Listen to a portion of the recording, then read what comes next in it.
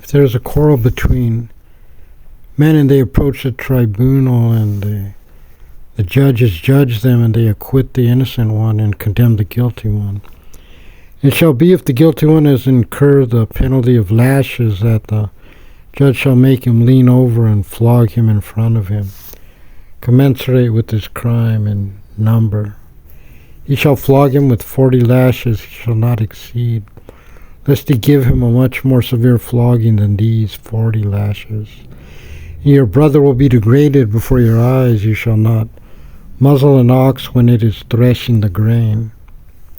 If brothers reside together and one of them dies having no son, the dead man's wife shall not marry an outsider. Rather, her husband's brother shall be intimate with her, making her a wife for himself, thus performing the obligation of a husband's brother with her.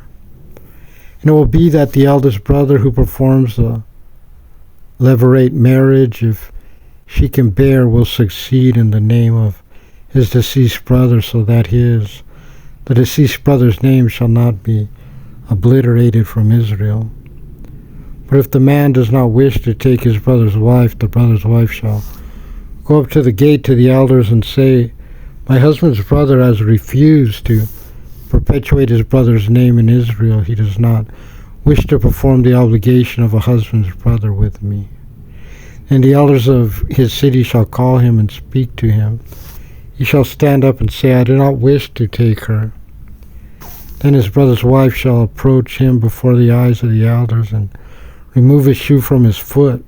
She shall spit before his face and answer him and say, this shall be done to the man who will not build up his brother's household. And that family shall be called in Israel the family of one whose shoe is removed.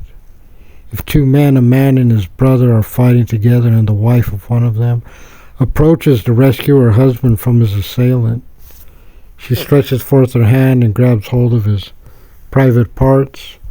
You shall cut off her hand, you shall not have pity. You shall not keep in your pouch 2 different weights, one large and one small. You shall not keep in your house 2 different ephah measures, one large and one small.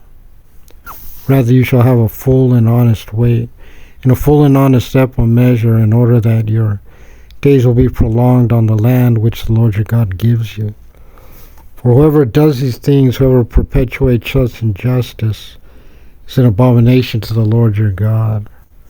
You shall remember what Amalek did to you on the way when you went out of Egypt, how he happened upon you on the way and cut off all the stragglers at your rear, when you were faint and weary, and he did not fear God. Therefore it will be, when the Lord your God grants you respite from all your enemies around you in the land which the Lord your God gives to you as an inheritance to possess, that you shall obliterate the remembrance of Amalek from beneath the heavens. You shall not forget